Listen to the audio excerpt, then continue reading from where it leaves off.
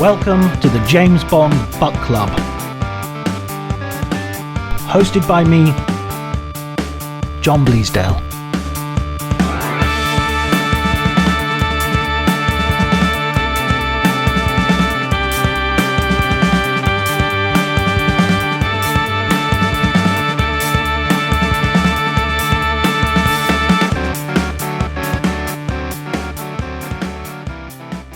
Hello everybody and welcome to the James Bond Book Club. My name is Bleasdale, John Bleasdale, and I am joined by Satchel, Alistair Satchel. Good morning. who greeted me with a cat on his lap this morning. He is a podcaster, a writer, and a filmmaker. And would it be fair to say a Bond fan? Yeah, very much so. Yeah, massive Bond fan. It's been a part of my life since I was very small. And The Man with the Golden Gun has been very much at the core of that. As a child, my dad was a captain in the Merchant Navy, and I'd get taken off school to go travelling across the world with him, which was really lovely. And what I do remember very clearly was that there was only a certain number of VHSs that they had aboard, and Man with the Golden Gun was one of them. And so I watched it again and again and again. It became one of my favourite of the Bond movies, which I know is ridiculous when amongst Bond fans, but I still love it. There's a charm to it. But when it came to reading the Bond books, it was the first one I thought, right, I'll read that. And I read it on a scout camp when I was about 13 or 14, and was quite surprised by the difference of the thing. It was, it's very different to all the other Bond books as well. Well, there's a few reasons for the difference. I mean, it's the last book, so you're coming right at the end. You're coming in at the end, basically. One of the things I wanted to ask you, John, actually, was how did you get into the Bond books as a young man? Where did this fascination for you start? I lived in a very small village in the middle of nowhere, and there was a secondhand bookshop, which just we nowadays we call it like a pop-up shop, but it was basically like a shop that had failed at many things. It'd been a grocer's, It had been a this, it had been a that, and I think they were just selling they were just renting it quite cheaply to people. And somebody decided they were going to do a secondhand bookshop, and I remember going in there like as a kid, and I must have been remarkably young. I mean, primary school age. And they just had like all the pans for like pennies, literally like 5p each, something like that. And I just went in like 2 or 3 weeks, one after the other, and bought them all. And with my pocket money, I was too young to read them for many reasons. Partly because of the sex and all the rest of it and the violence, but also because I was just I still didn't quite know how to read, like concentrate for the period of time that it requires to finish what is basically an adult novel. And so in my head, the books were really long, were like 500, 600 pages long. And in reality, they're obviously not that. And all of the books I would read until about 20 pages till the end, and then I'd give up. I'd sort of think, I can't. I want to read the next one. I don't want to. I'm done with this one. Which is, funnily enough, how I think a lot of the films were made. Yeah. They kind of get 20 minutes from the end, and then they go bang, bang, bang, quick joke at the end, and James Bond will return. I think he's attempting re-entry. So. Precisely. I thought Christmas came once a year. Yeah. That has to be those two have to be the best, I would argue, or certainly the most sexually double entendre. So in a way, I actually think I came to the books before I came to the films, because I don't think the films were even on TV, because they had a sort of Walt Disney aspect to them that they just didn't show. This is a point someone else made in the podcast, that the films weren't actually licensed to be shown on television, because they were still doing the rounds of the cinemas as like double bills and stuff. I'm talking about the Connery Bonds here. And so it wasn't until like the 80s that maybe the late 70s, early 80s, that you started actually to see the Bond films in the wild, so to speak. And my first film was For Your Eyes Only. Oh, cracker. At the cinema. Yeah, that was my first cinematic Bond. My first one was View to a Kill in the cinema. Wow. And I actually have a recording, I think I still have it, of when View to a Kill premiered on TV, and it had adverts for Come to Sunny Yugoslavia in it, which is extraordinary. Well, there you go. Yeah, there you go. View to a Kill, of course, though, is I think probably the only Bond film that really unites the theme that runs through all of the Bond movies, which is, of course, is eggs, because there's View to a Kill, he makes a quiche. Or it might even be a frittata. We don't know if there's pastry in it, I think. In Octopussy, there's a Fabergé egg, which Oh, I that's true. always think Yeah, is yeah, yeah, that's one of yeah. his egg obsession goes upper class at that point. Well, so I've got my own copy of the Pan book here, which I just like. Oh, so beautiful. They are covetous things. Mm. I think that was one of the things I wanted was a shelf full of the kind of that edition. But I've also got one or two of the Jonathan Cape hardbacks as well Mm. that I found around the place, and they have a very unique smell as well. They're quite something, and I love the illustrations on the Jonathan Capes. They're just evocative and kind of they're very much of a period, and they're really quite cool. Just Um, the role of illustrations in books once upon a time is a really interesting idea, isn't it? That somebody Totally. sits down. It's like Sherlock Holmes. There's no point in the Sherlock Holmes story where someone says, where Conan Doyle says, he put on his deer stalker hat. Mm. That's from the illustrations. Exactly that. Yeah. No, these are the things that kind of tag us into narratives as well. That in some way that's kind of extraordinary. And I so as well as the physical copies, I've also got it on Kindle. And in preparation for this podcast, I've spent the summer reading and listening to all of the Bond movies, and also reading the Nicholas Shakespeare Ian Fleming biography. Which is quite a dense read, isn't it? Nicholas Shakespeare is one of my favourite writers in that he wrote the biography of Bruce Chatwin, who's an absolute hero of mine, Mm. and it's as good as anything Chatwin wrote, I think, the biography. Whereas the Fleming biography is what an extraordinary amount of research. It tells the story very well, but it tells it in a bit too much detail for me. So I was listening to it at double speed, and On that an made it much audio more book. accessible. Yeah, totally, and it made it much more accessible. I was walking quite fast as I was, I was listening to it, but having the books on Kindle as well is really useful. So you can do things like check different word uses and things like that. So I've gone through both Man with the Golden Gun and the Fleming biography by Shakespeare a few times to look for different things, and I can tell you there are some statistics for your regular listeners that may be of interest. Go ahead. Um, in if when you type egg into Kindle, in Man with the Golden Gun, there are two instances of egg.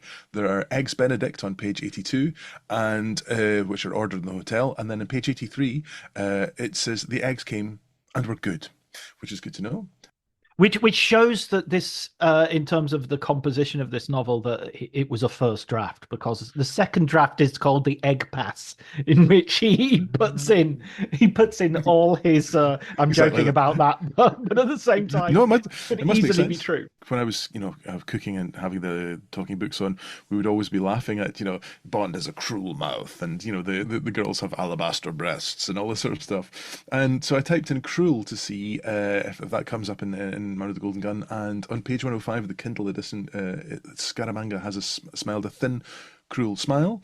And most importantly of all, there were 8 showers in the book, 4 of which are cold. Excellent, excellent. Great believer in the hot and cold shower combination. Yeah, Bond and Fleming as well. You can take the boy out of Eton, but you can't take Eton out of the boy. that's it. But yeah, it's as you say, like the first is a first draft, and it's got that feeling of it. It's such a shame. I think compared to the other Bond books, it's just not as good. And I still like it. There's a lot to like in it, but the plotting is very much like he's just got these big hammered points and just going, here's a bit of plot, here's another bit of plot, there's another bit of plot, and they just now there's a part when we first meet Bond at the start of it, he's this broken, damaged guy that's been under the influence of Boris from the KGB, and that's really interesting. Like, who is this broken Bond? I want to know this broken Bond, and find a bit more about his journey. Like, I'd love to see a depiction of Russia at that period as well, and what is it like inside Russia? What's the mystery of this thing where Burgess and McLean, who are always there as a sort of threat throughout all the Bond novels, or the later ones anyway, like why I want to see a bit more of the flavour of that world. But in the end, he just comes to the hotel and goes, "Hi, I'm James Bond." I'll come in then. Hi, all right, I'm going to call you. Fine. And it's like, oh no. I sort of there. Okay, so the composition history of this book is that this is the last of the James Bond novels. I can't remember the number. Is it 10 in total? Is this the 10th? 12. I think this is the 12th one, I think. Yes, it's the 12th and final novel, the 13th Bond book in all, published at the time of Fleming's. There was one that was published posthumously. So this was the final sort of novel that he had completed and intended for publication. There is arguments about the draft, that it was a first draft, and Yeah. Fleming himself was not particularly happy with its status, although it had been passed for publication as it was. It wasn't before his death. It wasn't that it was completely definitely destined for a big rewrite. That might have been something to do with the copy editor, not just wanting it out, having a date that he wanted it Yeah. out by. Yeah. It's Kingsley such a strong brand. yeah, yeah, you would think well, the publisher sort of got cold feet and sent it to Kingsley Amis, That's right.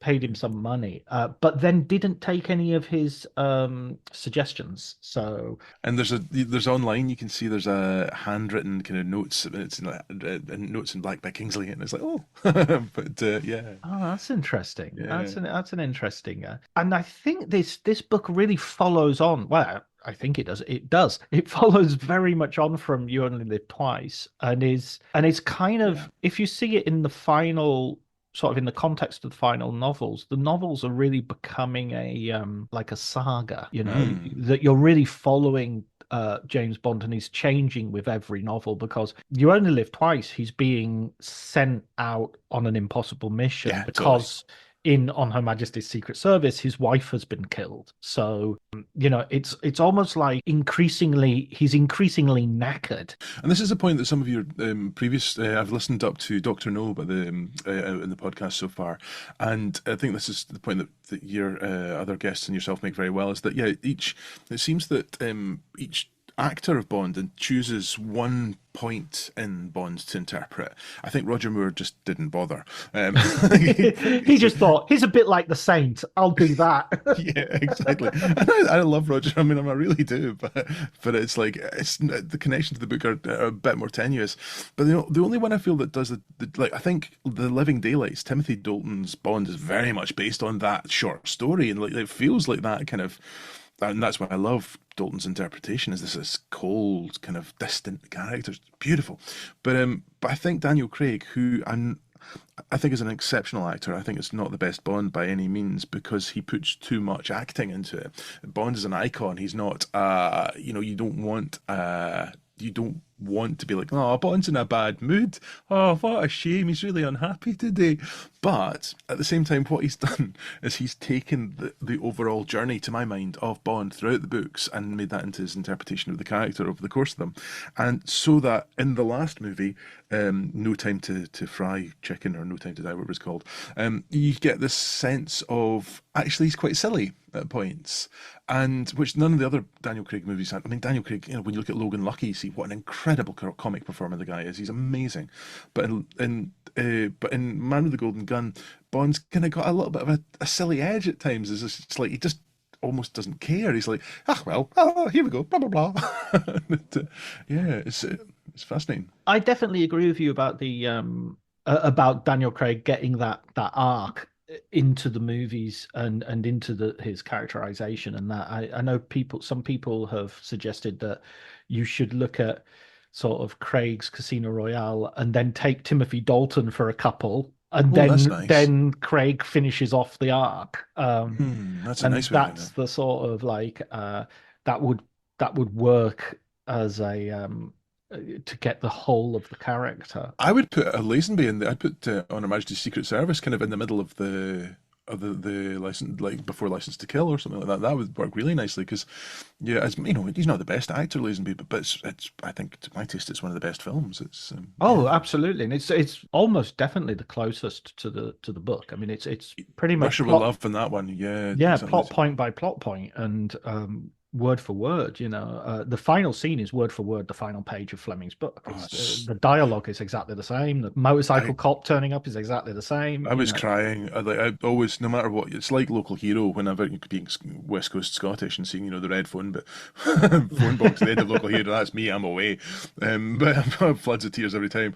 But like likewise, if ITV2+1 have got it playing and see my father-in-law and it's on in the background and I just see, no, it's all right. You see, we've got all the time in the world. That's me. I'm gone. And it was with the book. I was sitting there reading, pishing my tears again. I was like, this is good. That is a proof that it's damn fine writing. The guy's a great writer, and that's why I'm really Man of the Golden Gun. It feels like there could be so much more, and it feels it's a hasty sketch. It's a first draft, is exactly what it is. Mm. And there's and we're talking. One of the things that runs all the way through the Bond books, and I think it was your guest, and when you talked about Live and Let Die, talked about it was the sort of the homosexual subtext to a lot of things as well. I think there's this tension of sexuality in a lot of the Bond work. And there's prejudice within this as well, across race and sexuality, all sorts of stuff. But I think one of the things that's always crossed my mind after reading them again is how much is the prejudice in these books Fleming's own prejudice, or actually is it the guy's a really clever writer and he knows in the 1950s and early 60s most people will be thinking, well, that's how the world is, that's what these people are like, them over there is like that. And I wonder if he was playing up to prejudice to with a slightly cynical eye to go, right, okay, this will help it sell, this will help it kind of fit into the mindset of this time. I think there's an element of, and this might be wishful thinking on my part, but I think that Fleming was a much more cosmopolitan character than Bond is. Fleming Yeah. was Bond is in different countries to do a job, Yeah. whereas Fleming was in those countries to discover what those countries were like because he was a journalist. So Yeah. the job was the country, the job was the people. Now that's not to say Fleming wasn't a man of his time and didn't have those his own fair share of prejudices. But I Yeah. think it's really interesting to compare The Man with the Golden Gun, and I think I'm going to defend it a bit more along the course of this podcast, because I think actually the not being a redraft is part of its quality, is part of what I like about it. You actually get a lot less product placement, for instance, in this, because Yes. that's often what he does in the second draft and can Yeah. become a little bit like When the egg marketing board gets aboard. exactly. And the Ronson lighter comes out and specific Yeah. types of cigarettes and all of that sort of stuff doesn't sort of bog down the narrative too much. You get quite a bare narrative in this. Yeah. And I think there's something sort of I love about that. But back to the sort of prejudice and the thing, you could look at this book and very much see Scaramanga as being much more what the reader thinks Bond is compared to what Bond actually is. Look at episodes in this book where Bond goes to the bar and talks to the natives, so to speak. Yes. Kind of But kind of your cheapest beer, please. yeah, well, but he has a real relationship and he has a real Yeah. human conversation with the Yeah. girl behind the bar, and you might Tiffy, she's lovely. She comes across so well. She's a sympathetic person, and and fully rounded, and she's not Yeah. a cliche. She's not Really good. two-dimensional.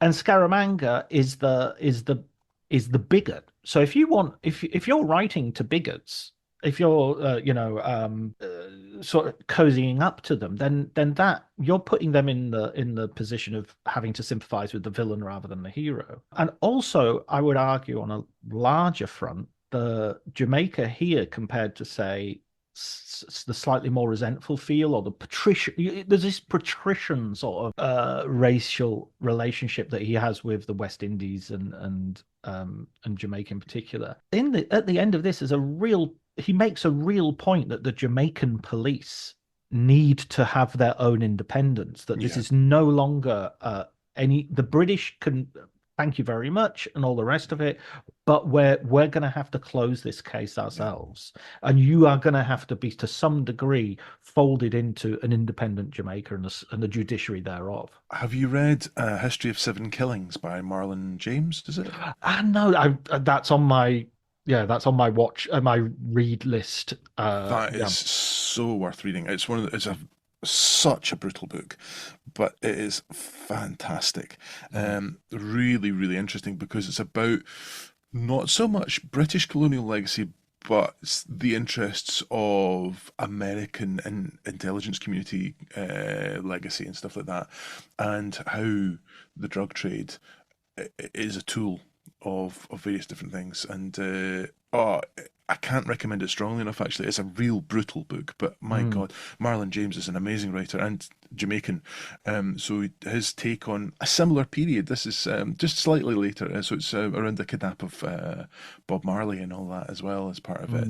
Mm. But there's also children growing up a bit younger around this period as well. And I think, yeah, when you compare it to Doctor No, that's like Honey. I mean, I love reading Doctor No was really nice this time because yeah, Honeychild's kind of life in the ruins of the colonial thing. I thought that was really telling of the story that he was trying to tell, and it's really beautiful. So yeah, similarly in this, yeah, I think yeah, it's yeah, lose the colony. Come on, let's get on with get on with it yourselves. Yeah, thank you very much, but we're good. Yeah, Thanks for doing this little bit of work, and we're glad you sorted it out and everything, and we'll give you the honors and the thing. But yeah, we're giving you the honors. You can't ignore us, and you can't. So I think there's been a change in the process, and and Fleming has gone with that change. So from Casino Royale to The Man with the Golden Gun. I mean, we've got to also remember that in Casino Royale, Bond himself almost characterizes himself as a Labour Party man. mhm. I mean, Fleming is on record as saying, he reckons Bond would have voted Labour. And he's quite sympathetic with the communists. He says, Yeah. what the communists are talking Oh yeah. about, what we live now would be what would be called communism 20, 30 years ago. And he's absolutely right, Yeah. universal suffrage. I love this. This is so. When we talked about doing this a few months ago, that set me off on this journey of reading all the Flemings. Before that, about 2 years ago, I read all the Samson books by Len Dayton. So Game, Set, and Match, Hook, Line, and Sinker, and the other three whose name don't come to me immediately, and Winter, which is the kind of precursor to them, set in kind of the late 19th century through into kind of the start of the end of the Second World War. And oh man, his take on intelligence community and the intelligence writing is so different to Fleming's. And then last year I started to read all the Le Carre Smiley novels because I've always wanted to understand them. I've always known they'd be something that would probably be of interest, and I'd read some of them as a wee man, but they were again, like you're saying, they're kind of beyond me at that time.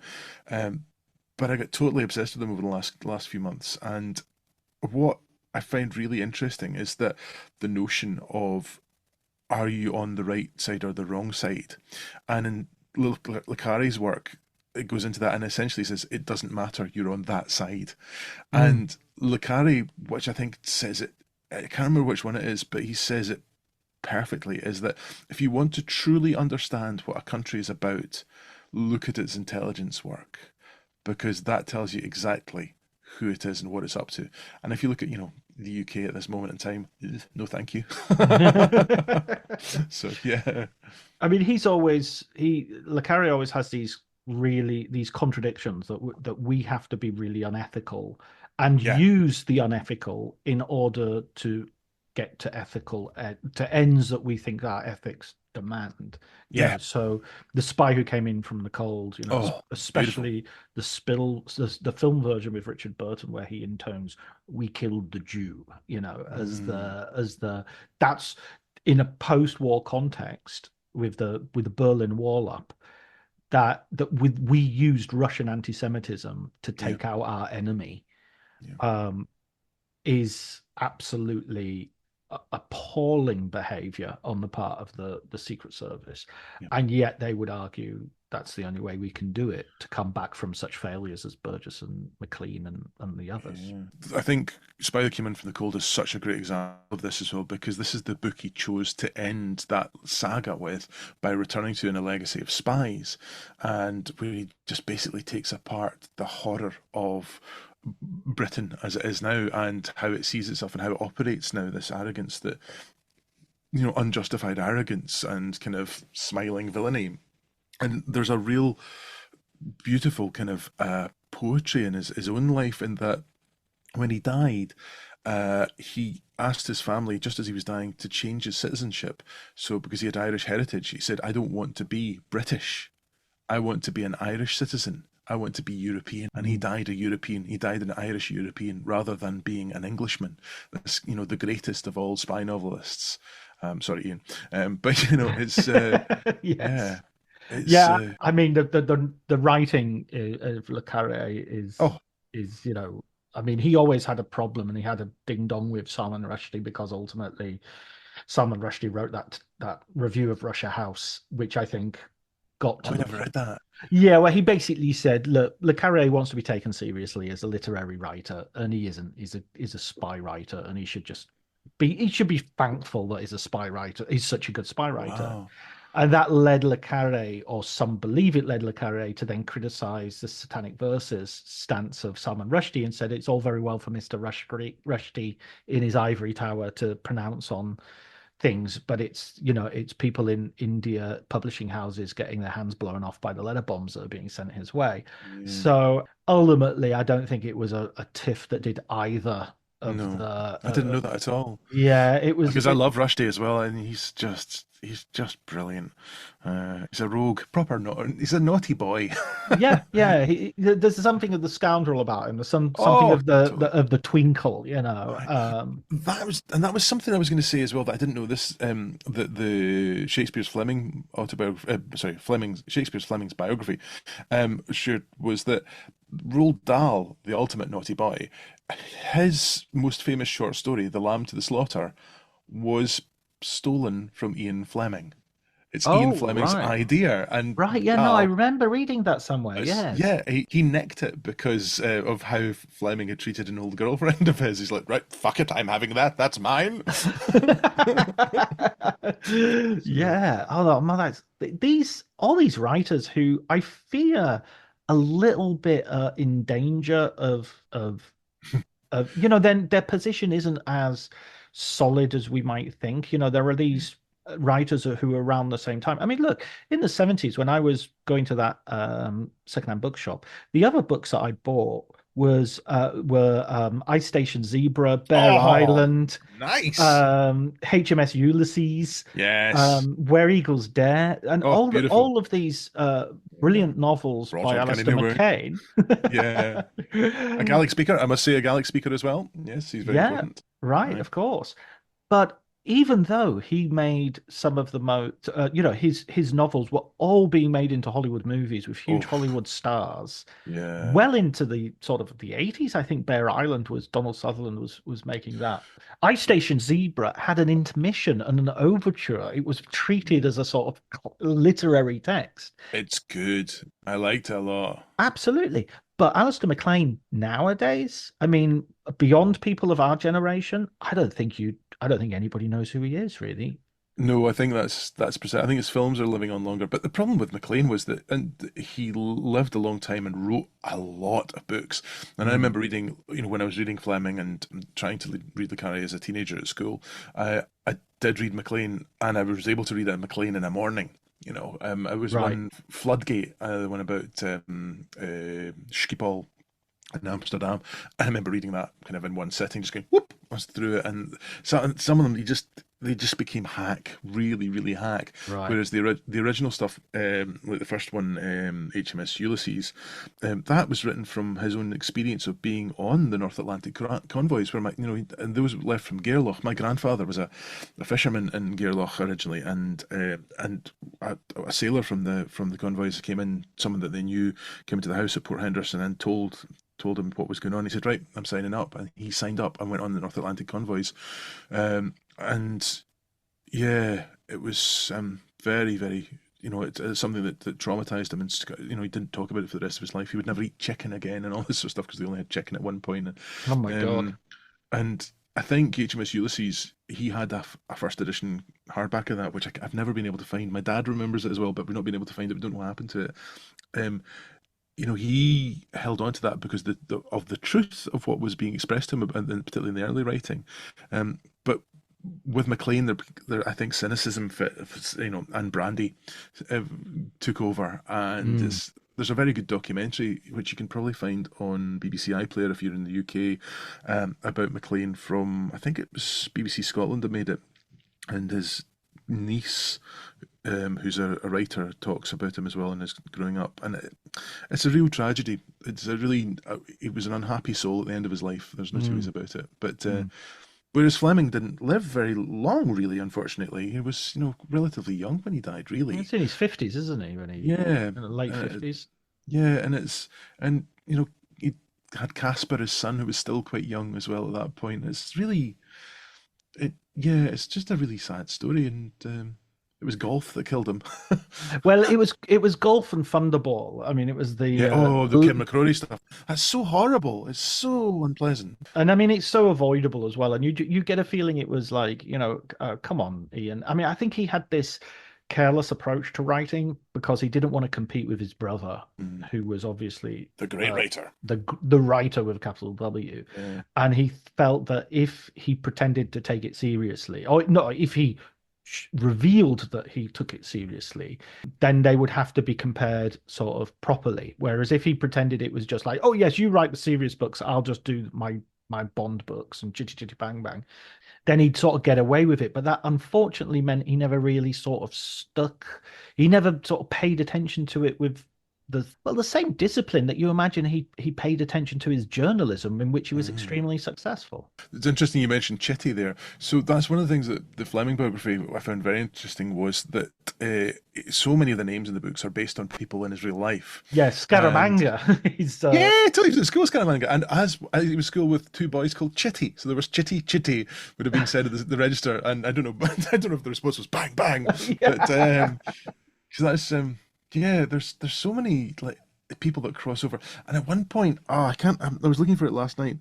So when he was younger, he was not a happy soul at all, and he kind of he found he was put across to Switzerland a couple of times to kind of settle him down to go to Mm. a private school there, more of as an establishment really than a private school, and as a language school and a sort of way of looking at things, sort of an establishment in some way, and one of the thinkers there had a big, or that they referenced there, had a big impact on him and actually started to ground him into the more kind of stabler being that he became. And his name is referred to in The Man with the Golden Gun at some point, I think, if I remember rightly, as one of the kind of, not the therapist, but Oh, is you it know, is it Ross? Is it the it might be Ross. I'm not sure. There's the guy with the electroshock therapy, but it's not. It's not that. It's some. I think it's someone else, and he's referred to it. And I thought that was really interesting that from his youth had come, stayed with him all this time, and then came out in his work. It's just brilliant. everything is autobiography ultimately because you're sort of piecing your life into this. Let's talk a little bit about the story as well because Mm. I think this is one of the strongest openings of a Bond novel, sort of just in how unusual it is, just in the fact that you basically have Bond turning up as a kind of enemy agent. Yeah. And as you say, we've not had Russia, even from Russia with Love. He doesn't go to Russia. No. It's No. all Russia is the enemy which we never see. And I get the feeling it's just for the superficial reason that Fleming found it cold and uncomfortable, and the food wasn't good enough. So he wasn't gonna. All the caviar he gets outside of Russia. It's never Mhm. actually there. So you have him turn up, and there's this amazing sequence. I really like this sort of where they sort of take him through various filters before letting him in the office with M. The code word. What's the code word here? Yeah. Yeah, and the phone calls and the why is he, ditched his clothes and bought a new set of clothes and and obviously he's done it because otherwise they'd see the tags on his clothes were from Russia and the make was, and he's sort of turned up almost like Jason Bourne, Yes. and there's Yeah. a real crossover between Bourne's amnesia and Bond's at this point. Definitely. Both JBs as well as me. We're all JBs. Oh, indeed. There's also a crossover with Bourne and the kind of chase through the reeds at the end of the book. There's a chase through the reeds in the first Bourne movie as well, which is quite similar. That's right, with Clive Owen. And Yeah. my favorite gif is Clive Owen saying they take so much from you, which I use repeatedly whenever I'm complaining about work or Oh, I Clive always Owen. He's one of these actors that I just wish he wouldn't speak because until he speaks, he's amazing, and then he opens his mouth here. All right, how's the guy? And you're, oh, damn it, you've spoilt it. Oh, but he's so good in Mike Nichols' Closer, Yeah. Oh, he's so where creepy. Whoa. he calls Jude Law. He said, "Okay, you've apologized, you cunt." And the way he says that is just amazing. And It's Children of Patrick Men, Larber. Yeah. Oh, Children of exactly. Men for me That's. is Oh, it's just wonderful. Wonderful. that's in my top 10. That's in my Yeah. Sight and Sound top 10 of Yeah. the best films ever made. Um, Yeah. so Sorry. Back to the plot. Sorry. we have him go through this this process, and then he tries to kill M. And there's also this great stuff about them cleaning the office, and it Out you go, Em. You'll be fine. We'll just get it done in yeah half an hour. You'll be fine. I'm going to have yeah lunch. yeah exactly. Go to Blades, and Yeah. when he comes back, it smells a bit. It's- But which smells worse, the cheese that he has at lunchtime or the office afterwards? I don't know. yeah, because it's a sort of a deadly cheese, and he digs out the worst bit. You know, that's That's, what that's great. It's good what fun, that. is he? He's like a monkish sort of ascetic, isn't he? M. He just like he has Yeah. no joy in his life. And that's what I like in the follow-up to this by Kingsley Amis, Sir Robert Markham, is that you get a wee bit more of a glimpse of M's life, and yeah, and there's one of the books where he has Christmas with Bond as well, isn't there? Oh my God, yeah, I think yeah, there is. Is it Is there's that? one where he turns up at his house at Christmas. Yes, you're Yeah, quite right. And M is painting flowers. that's right. And Fleming refers to it as insipid watercolors of lilies. And so it's not like he's painting really beautiful. This is we're No, looking into his soul. It's like shitty little watercolors, it's not even yeah. that good. He's. I think it's like Le Carre's character of Control.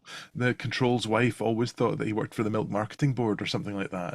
He never knew that he was in charge of this network that was affecting the whole world. I think this is the same with this. Is like he likes boats. He just likes boats. That's all he likes. Yeah, yeah, ships. And he has, his butler used to be his sort of like his Yeah, bosun or someone. that's it. Yeah, And we get to hear his full name in this, and it's got not yeah, one M but two. He's yeah. he's absolutely. I mean, there's a point where I would say that we've got like M overkill almost Mm. with the.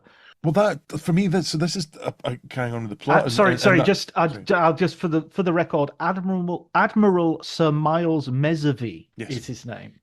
Mesavie it doesn't sound particularly sort of solidly English either, does it? Sounds Polish, doesn't it? Yeah, Yeah, I went to, yeah. yeah, interesting. Um, yeah, I think that's in terms of the plot. What happens here is quite interesting as well, in that it feels like Fleming's ill and he needs something to tell the story really quickly. So to introduce the bad guy, sits down and reads the dossier on Scaramanga. It's like, oh, okay. Rather than sorry, show don't tell, but instead he just goes, nah, here you go. He was really fond of an elephant once. That is a thing that he does frequently throughout. I think in Live and Let Die, he picks up a book about voodoo and then just Yes. reports the James Bond read, and then Yeah. the It's, 5 pages later. it's effective. It's a shorthand, and I mean, it gives us, a sense of Scaramanga. Again, this tension of identity stuff as well. That Scaramanga is referred to as possible homosexual tendencies because he can't whistle. But the first time you meet Scaramanga, he's just been having it off with a very large black lady, and it's like, well, what is this that we're being told? This tension is fascinating. I mean, that thing about not being able to whistle, especially with Ian Fleming's one of his best friends is Noel Coward. I Oh mean, yes, yeah, isn't there an element of this being silly to the point of even in 1960, what is it, 65 that he's writing this? Hmm.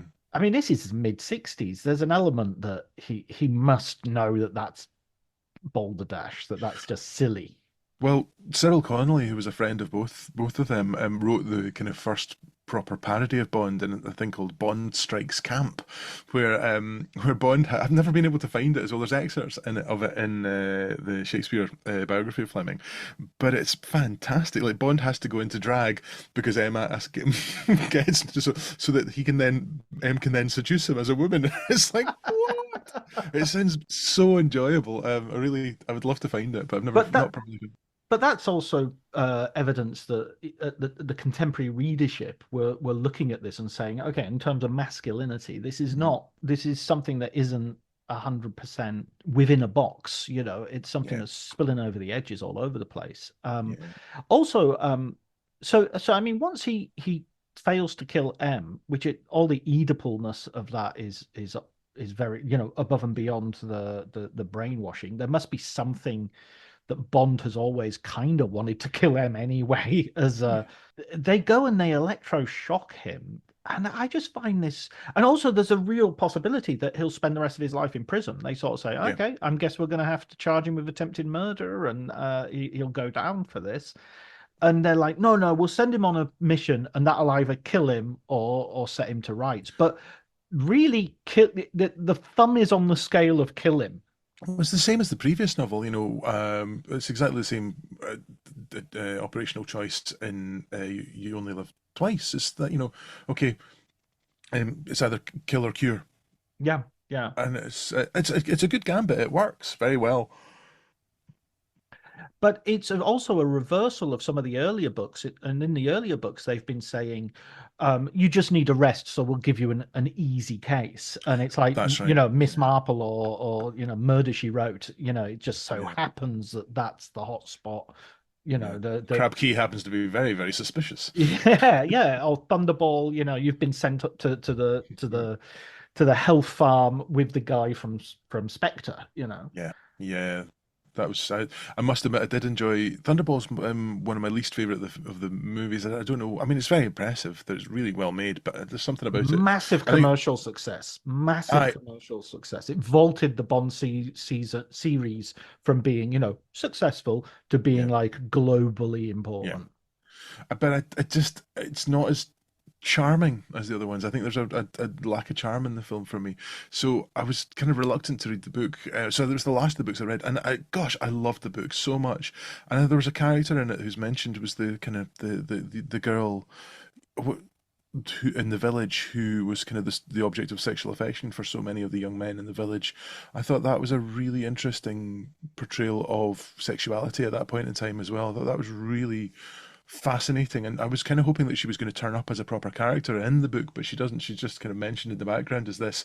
Well, she's the one that sorted would sort the boys out, and it's like, wow, what's her story and what's her own voice for her story? I really wanted to find that out, but He yeah, he he he also meets a teddy boy in that mm, book, which is sort of like, again, it's sort of history is happening. The world is changing, and Bond and not is. liking Beatles and things like that. Well, yeah, in the movies, but in the books are kind of less conservative than that. I mean, in the book, he bonds with the teddy boy over his expertise with motor cars, and he kind of basically, So yeah, if I was your age, I'd probably be doing the same thing. I'd probably be tooling around in a motor car, misbehaving as well.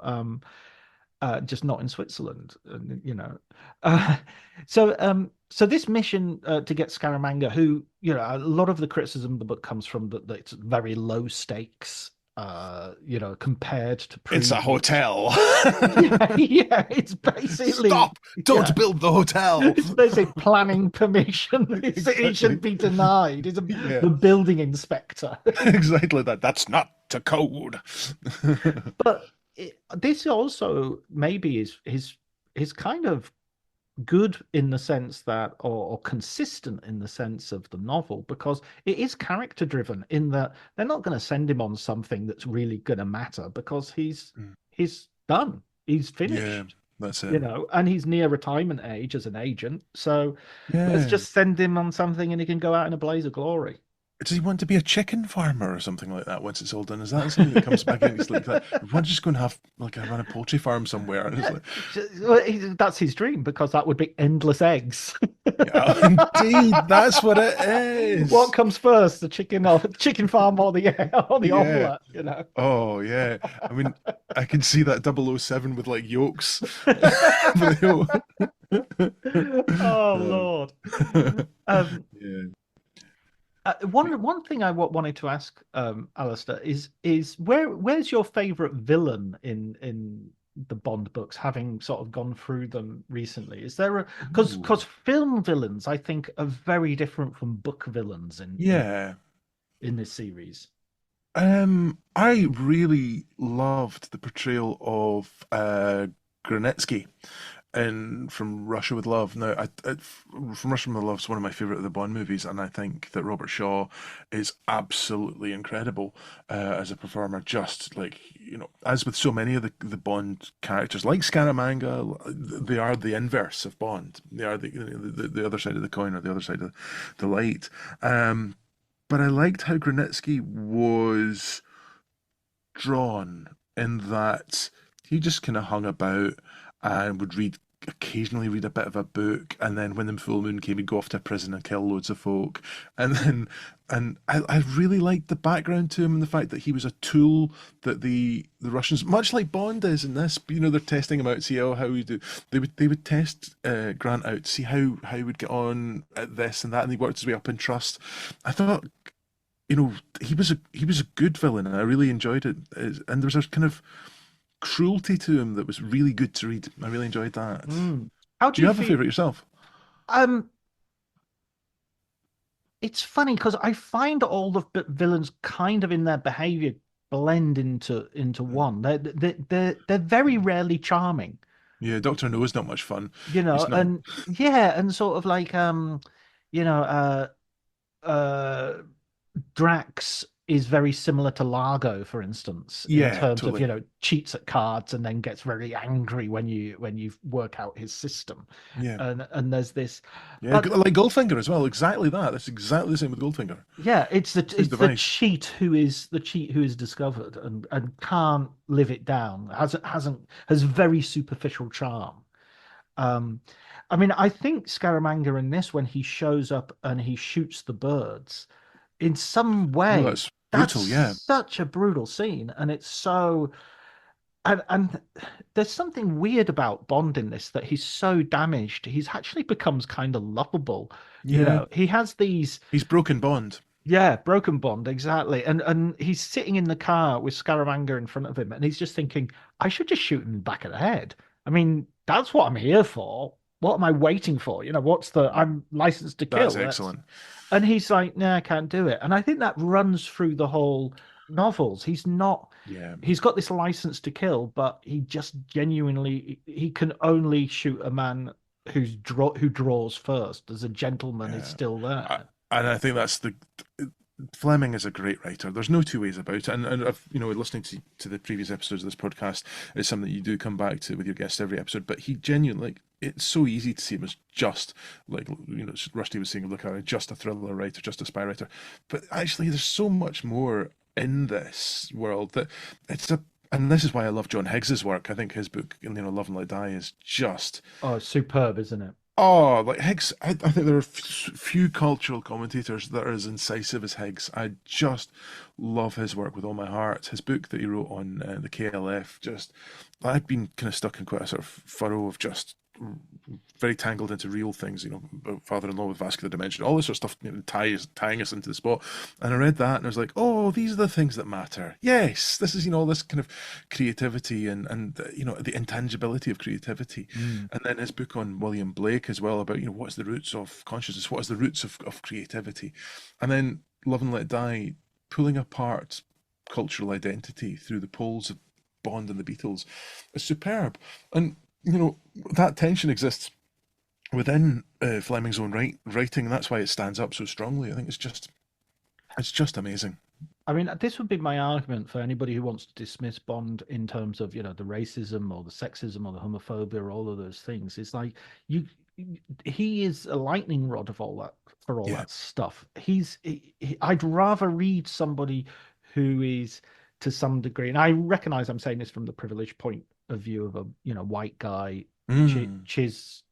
straight and all the rest of it. But hopefully that's not coloring my vision too much. But I'd rather have those issues being brought up and thinking about them than reading somebody who is writing now about the past and is coloring everything Yeah. as if we're just like it's like Bridgerton or something, Yeah. which I know Yeah. is doing something very different, but that idea of racism. The past is just the present with different clothes on. You know. When the Looney Tunes DVDs were released, kind of for the first time from Warner Brothers, Whoopi Goldberg was on the front of all of them. Each one you watch, she's there doing an introduction to them, and she says, "I love these. I absolutely love these cartoons, but you got to understand that they're from another time. It's Mm. another way of seeing things, and that's totally, that's out of its time. We're where we are now, but there's another thing in the past." I thought that was very, very cool. But to go back to kind of the nature of Fleming's writing, there's one thing this book doesn't have, which I think Fleming does exceptionally well, which is the comrade. He writes comrades really, really well. Now, obviously, Leiter's in this book, or what Mm. remains of Leiter, no, that apart from the metal work. Although he seems to be growing back limbs. I mean, there's not much Yeah, of I think his legs are okay now. Or it's he's quite still quite something. he's still got the hook, but apparently that's oh, has he got a prosthetic hand now? I think He's, I he think he's. I think he had a hook. I couldn't. Can't, oh no, because he can shoot a gun, so he must have a yeah prosthetic. That's right. yeah yeah. But I think what Fleming does so brilliantly as well, like where the villains become kind of a mulch of villains, the comrades are absolutely amazing. Like in From Russia with Love again, Darko. Was it Darko? Darko or Drake? I can't remember. Kareem? Kareem, sorry, yes. Yep. He's just what a you want to spend time with this rogue. They just it's like he captures male friendship so well. I really love that, and there's another couple of books where you like even Sharky's really there's nice there's nice stuff there as well, and yeah. Quarrel in the early book in the Quarrel. I meant that's who I meant rather than Sharky. Sorry, I'm getting my films and my book confused. Yeah, you're probably thinking of what happened to Leiter still. yes, yes, I am. Poor man. Um, Poor man. yeah, But yeah, Quarrel's amazing. And there's always this sort of there's an element of passivity to Bond where he kind of puts himself in the hands of yeah. friends in the way like in Show me the Quarrel. city. Yeah, Yeah, show me the city, show me the life, and the opposite of M. This is a person who is not austere, who is not ascetic. This is someone who's going to feed you and get you drunk and take yeah. you to houses of ill repute. And I think that's Fleming. I think that's where Bond is closest to Fleming, as well as that, cities of interest and all that sort of stuff. He's that kind of character of just, yeah. It's yeah.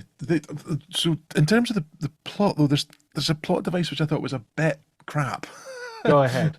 Which is when Bond gets to the airport and goes through the notice the pigeonholes to see if there's anything for Mark Hazard, his extraordinary name, and he goes Mark Hazard, Johnny Danger. exactly that, yeah, Mr.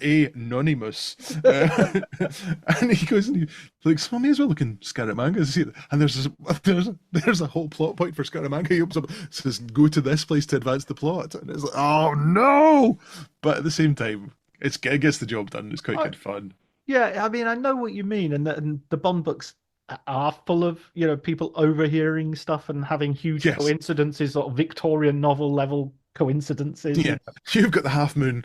Yeah, I mean, Thunderball, Ernst Stavro's girlfriend just happens to be the sister of the pilot who is, It's but extraordinary, there's isn't it? no connection between the two things. It's not No, like I'm kidnapping the girl to keep an eye on her if I need yeah, to blackmail. It's almost as if that's a missing plot point that yeah, nobody's filled in, that Ian Fleming hasn't filled in. It's just like, no, it just happens to be, and this is a way I'll turn her against him. yeah. Um, so I think to say that this isn't as bad as, as some of the ones that have appeared in the past, but it is a fairly, yeah, it's almost like a placeholder for, I'll go back and work this out, except for the fact that the novels that have been fully written and fully redrafted and gone through the whole system are just as full of them. Yeah. It's that's a sort of But just carefreeness. smoothed out maybe around the edges just a little Right. bit. But yeah, but no, it's a. But yeah, so that I mean, I really liked. Was it three and a half Love Lane? It's just. But it's a really well drawn space, and again, Tiffy, the character there, I think, as you say, she's great, and you hope if he does go back to Jamaica that we'll maybe meet Tiffy again because he says, "I'll maybe see you again one day," and Yeah. You've also got the sound systems, the music going on, and the smell of hash being Oh my smoked. God, so much. Yeah, yeah, And there's and there's an amazing moment where he dreams of Mary Goodnight, yeah, and has this almost out of body experience where that's sort of like, to me, that's the second half of his curing. That sort of M is sending him on his yeah, kill or cure thing, but yeah. the curing is, could I find some sort of solace with a woman that will, you know, Wow. will make me whole, so to speak. And that's And the last line as well of the book, which, yeah. yeah, yeah, which It's, it's all about, she's literally his dream girl. having seen The Man with the Golden Gun at an early age, I would concur with that.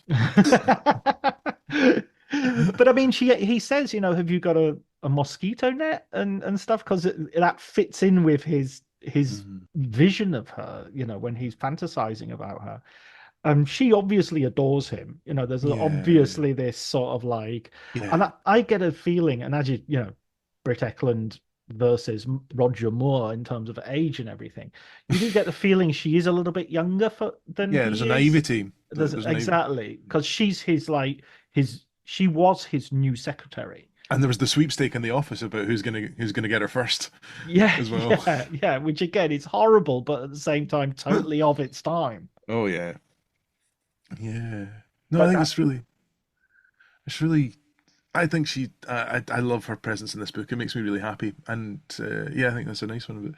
But one of the things that when Bond does go to work with Scaramanga, when he's co-opted into his team, I realised only last night that's exactly what happens in License to Kill. They've done that there, where he works with Sanchez. They've used that. It's always interesting to look at the plot points in Bond movies and see where the writers have gone. Okay, the films have gone right. Like we haven't used that bit yet before. Let's use that and plop that in there, and they kind of build their films from all the plot points of other books. I think that was really fab to see.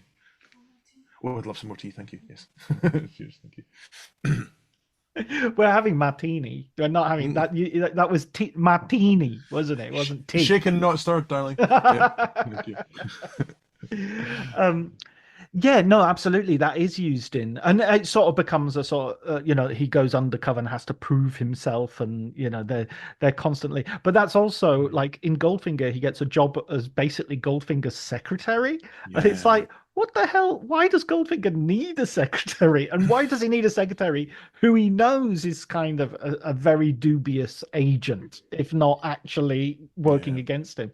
So it's like Scaramanga is like, oh yeah, but I can kill this guy, so. Um, I do like we've got we've got the hoods, which I think is Mm. always feels a bit Raymond Chandlerish. It's so and actually, this book refers to Chandler stuff in the way that Scaramanga talks to Bond quite a few times. He refers to him as Shamus quite a few times, which is the line for an undercover detective in the Big Sleep and all that. So it's like, oh, that's cool. Yeah, yeah, and in Spyro Love Me, he's already sort of had this sort of language that he's had to explain to the to Viv, his girlfriend, or Mm. the woman he meets, the woman who I love that narrates, book. the I thought that book narrator. was such a brave departure. I thought, you read the criticism of it at the time and how much people hated it, but I thought it was fantastic and Yeah. shows Bond as a completely frazzled, Benzedrine-driven demon. But um, it was, it's brilliant. I loved it as a book. And seeing him from outside also makes you realize how much you see him from inside in the other books. Yeah, that's exactly it. Yeah, You think, oh, he has no interiority. He's just a blank space. He's just this. He's just that. And then you yeah, think, well, okay, what does he look like from outside? yeah, And it's like, oh no, he is. There is something to him that I haven't been paying yeah. attention to, perhaps, No, or it been was writing off.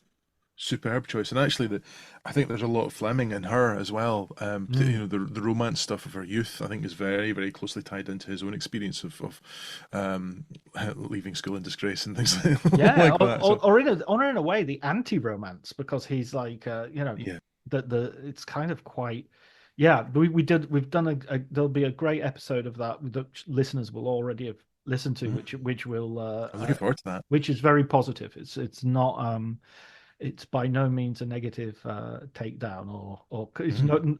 It's hopefully going to open people's eyes to how good that book is, and how much it has in common with From Russia with Love as well, in decentering Bond from the narrative and making him into Yeah. someone who turns up very late.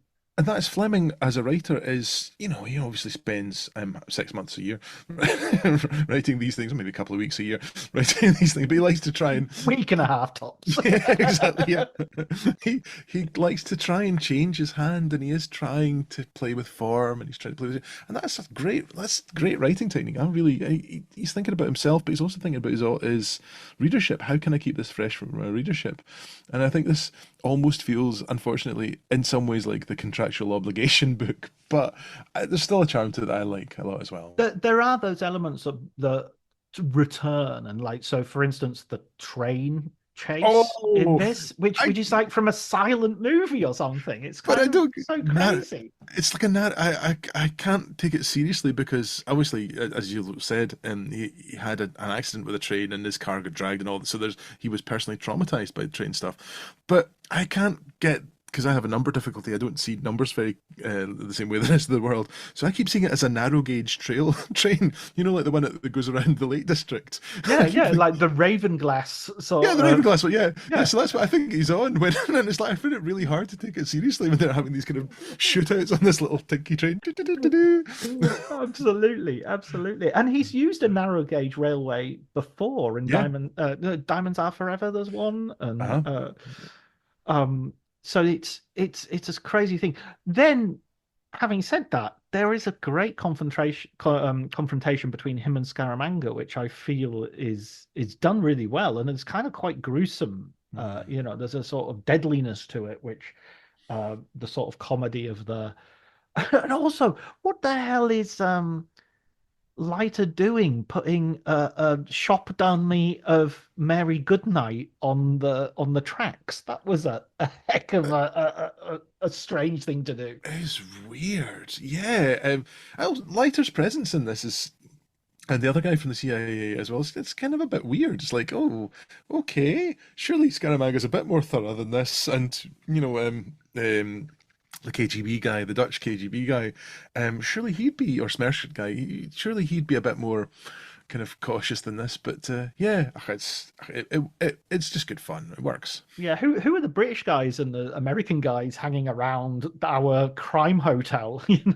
It's sort of Yeah. like, and the I was thinking, he's been having electroshock therapy, and if Mm. this was a more perhaps if Ian Fleming hadn't been burnt so much on the adventurous front with Spy Who Loved Me, there's an element where if I was making a 60s movie of this, I would consider the idea that Leiter isn't really there at all, and Mm. part of the plot of this is hallucinations because they've been buzzing his brain with Yeah, electricity for several that's repeatedly. that's a bit more Harry Palmer. Yeah, that's kind of yeah, it's Hmm. kind of that's that lovely. Yeah, I yeah, I do like the shootout at the end in the reeds and all that, and I really like how Scaramanga says, "Oh, just can I have a moment just to pray," Hmm. essentially, and it just the way that it describes his hand sneaking slowly, inch by inch, centimeter by centimeter across his face until he whips out a derringer, the classic the lady killer, I think, as it's referred to in other books, and again Golden from behind him and shoots him with this poisoned bullet, and then Bond he describes him. It's like he's been given a roundhouse punch, and he spins around and he just shoots and shoots and shoots and shoots him until he's gone. But there's that kind of that again. That's Bond is trying to be dignified. He's trying not to be the one that shoots first. He's trying to be a gentleman spy, which He's putting off killing for as long as he possibly can. He's trying to give the guy as much as he can in terms of a way out. And fortunately, Scaramanga's such an asshole that he has to kill him in the end. So it's like yeah, nobody's going to blame him. No one's ever going to find you guilty of shooting this guy because he's obviously, hit him in the yeah. third nipple. Go on, do Yeah, it. yeah, exactly. Yeah, that's another thing about Scaramanga that's very strange is that he doesn't really have empathy with people, but he has empathy with animals. That stuff about the elephant at the start of it's really fascinating, and that was his friend, and um, you don't, and that's kind of lost within the rest of the thing because the first time you meet him in person, he shoots two birds, Right. but so you know, I would like to have seen what he would have done with the character in a further draft. I think Mm. he's a good comic character in many ways. Scaramanga, he's really funny, and I would like to see a tension of empathy and contract killer in there. That would be an amazing story to tell. Yeah, and you also get him on the trampoline doing his exercises, which is Which are the exercises that? Oh no, is it it's Bond's regime? That's the exercises that Fleming was given as a child for his athletics. So he's doing his right. like yeah Fleming's routine to build himself back up. So Right. yeah. Brilliant. So, in the past, in past episodes, we've done this 007 things we've learned about Bond during our reading of a particular novel. Um, what do you have as things that you've uncovered? There's so much. There's just so much. I think it's I think touching on what you talked about there, the lack of wanting to kill. Mm, I think there's one of the books where he talks about not wanting to kill at all, and I think that was really interesting. Is that in many ways he's a passive tourist in so many ways, and it's just when the moral imperative calls that's when he makes the kill, unfortunately, or fortunately, really. I think that's fascinating within Bond. I think that's interesting because in so many of the books, he actually pots up who he kills. Yeah, And so in the very first one, he says, "Oh, okay, I've killed that Japanese guy in New York. I killed yeah. that Norwegian guy who was a double agent." So And good. then by the end of Casino Royale, I'm not sure, does he kill anybody in Casino Royale? I I mean, don't think so. Le Chiffre is killed by the Smersh. I'm not sure I if because maybe after this some. gets whoop. Yeah, exactly. He gets Yeah, whacked on the bum and yeah, the bollockio area. yeah. But even like Goldfinger, he's like right at the very beginning of that novel, he's sort of saying, "Oh, so there was that Mexican drug dealer that I had to That's kill," right. and he's sort of Yeah, like every death is he, traumatic for him. he He's accounts them. yeah, he's not like an Arnold Schwarzenegger where he doesn't even kills five people before breakfast and doesn't even Blink. blink, doesn't know Yeah. their names or anything. He's carrying around all these dead people in his head, and that makes him much more like the Craig version of Bond than the Yeah. Connery, for instance, because you don't get the feeling Connery gives two shits about anybody he kills. No, particularly in Doctor No, he's a total blunt weapon. He's Yeah, wonderful in you've that. had your five. Yeah, yes, exactly. Yeah. Another thing that strikes me is it's literally the last line of the book Mm. that reveals quite a lot about it's a good tell. Again, he's not going to weep blood or whatever, but it's the last line of the book is at the same time he knew deep down that love from Mary Goodnight or from any other woman was not enough for him. It would be like taking a room with a view. For James Bond, the same view would always pall. Mm.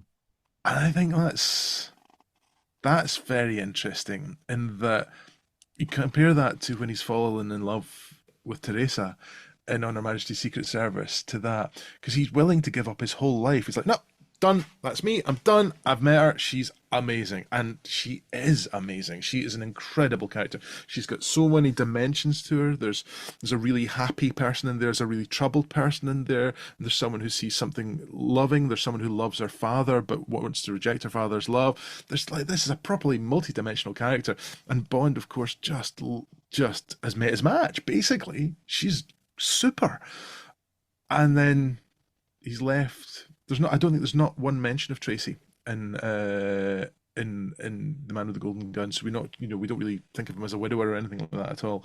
So I think that's very interesting. He's someone who's lived with emotional turmoil, and it's always going to be next, next. Yeah. Yeah, I absolutely agree. I think there's a good argument for saying every Bond novel after On Her Majesty's Secret Service is are the Widower books, are the books in Yeah, which he's so emotionally devastated beautiful, that beautiful. the only thing he can do is be looked after by Yeah, people. You Only Live Twice is about he's looked after by Tiger, yeah, then he's looked after by Kissy Suzuki, yeah. who ultimately packs him off to Russia rather strangely. But her thing of like the only way I can keep him is if he's this amnesiac shambles of a man. Yeah, And he's just losing pieces. He's losing pieces of himself as he goes. And so even in Man with a Golden Gun, he gets, and this was one of the points I was picking up on at the, for our 007 things, although I've kind of abandoned that idea because I get lost. The numbers go. yes, I Um, remember. I've got five. I've got seven. I don't know. Yes. yeah, exactly, precisely that. He's given a sort of honor, he's given Yeah, a knighthood, and he's like, no, I that's can't, brilliant. I can't do that. That's not me. I'm a commoner, you That's know. so good. It's the well. He says I'm a Scot as well, Right? Yeah, which is yeah, really great. As a Scot, it's like yeah, he's Scottish. yeah, yeah. And that shows the effect of the movies are having on the books. Aye. That he wasn't a Scot until Sean Connery was But cast in a role. Fleming himself, though, always referred to himself as a Calvinist Scot as well, Right, and right. which is really so that ties into it there as well. I think that yeah, that all of this ties into the fact that Bond is a tragic character. Mm, It's the story of Bond, if you're to look at it overall, is a tragedy. mm, And what is redemption for him? Is it chicken farming, or is it the next kill until he's killed? mm. It's Which the is next. really It's the next egg. yeah, It's it's the exactly that. next. It's the next plate of egg. I mean, he is the John Wayne in The Searchers. The silhouette Oh, in the beautiful. doorway. I've The solved littlest hobo. everything. Yeah, yeah, yeah. Exactly. Kung Fu. The guy leaving the village, the town once everything's resolved. Um, That's another. except he goes home to London and then has to deal with sort of 8, 9 months of nasty weather and tepid affairs with married women. And people. He must be a really decent guy to know because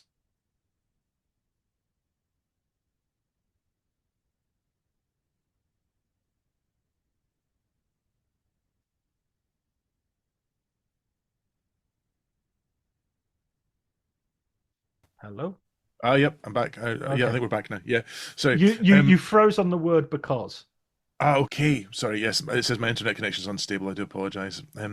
But yes, he must be someone really good to know because people really invest in him. You look at May, his housekeeper. She she loves him to bits in a sort of very mothering kind of way. You look at Ponsonby, she kind of cares after him as well. You look at Goodnight, she cares for him as well. And also M. Like M has this kind of father relationship with him that's really it's really really special. I think that's what I liked with Colonel Sun, which follows this by Amos Markham, is that it's about saving him. It's about saving his Mm, dad, and mm. in many ways. And yeah, I think there's a really decent guy in there who's just maybe he's actually maybe quite boring. He knows a lot of things. He likes wine. He likes high stakes gambling, but actually he's quite careful with his own money. It's only with other people's money that he goes for the high risks. So Yeah, he's yeah, absolutely. Well, he could never get a seat at that table with his own money. no, He would never not in a be civil servant's allowed. wage. Yeah, No, absolutely. And there's a real point where he's always giving away money because it's like, oh no, I'm not allowed to take this home with me. yeah, that could go Account to the benevolent fund. Yeah, Yeah, accounts would have my guts for garters. No, I think that's a really good point. Especially the one about M because it actually makes M more likable. The best thing yeah, in M's life is the fact that he's basically got a surrogate son, yeah, you know, yeah, and he needs Bond perhaps more than Bond really needs M because Bond when he goes out does have Kareem, does have Leiter, does have yeah, mate. Yeah, Leiter's another example. yeah. Leiter's This is this great. this really happy-go-lucky, blonde-haired American. I always think of him as a Californian. I'm not entirely sure where he's from, but um, he just has this sunny disposition and jokey character, and he apparently thinks James Bond, the sun shines out of his Enough to bum. risk his life time after time after time. Yeah, So yeah, yeah. it's there's a sort of yeah. What is the moral imperative to look after James Bond? And so many people die, on his behalf as well. And Quarrel, yeah, oh no, Quarrel's lovely. And yeah, yeah. it's And it's yeah. like we're the text of the book is James Bond saves the world, but the subtext is the world James saves James Bond. Totally. I think that's it.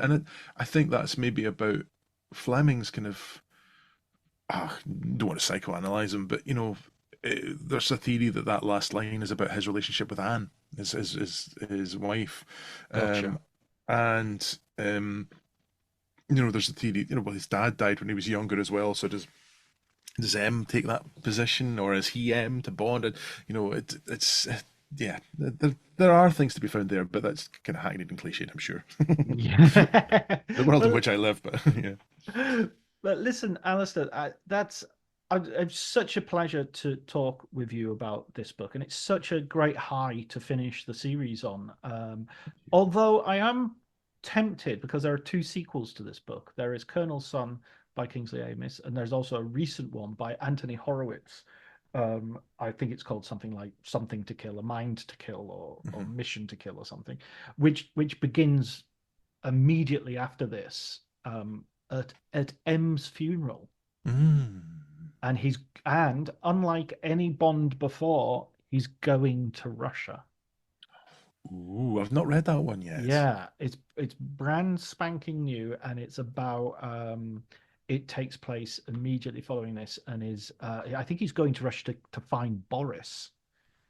Oh, how interesting. Now that Yeah, is very interesting. yeah, yeah. I definitely think you should look at Colonel Sun because it'll throw into relief what the nature of Fleming's writing is, because it's a very, very fine impersonation, but it's its own thing as well. Mm. It's got all the tropes and cliches that you expect from kind of a second or third draft Bond, but it's got its own way of doing things. The first two-thirds of the book stand up impeccably well. It's a proper thriller, and then the last third I felt dragged a little bit, but it's still very good, and the characters, it's got classic, betrayal and double betrayal and all this sort of stuff, and it's very enjoyable. Excellent. Well, you've convinced me. I'll see what I can do.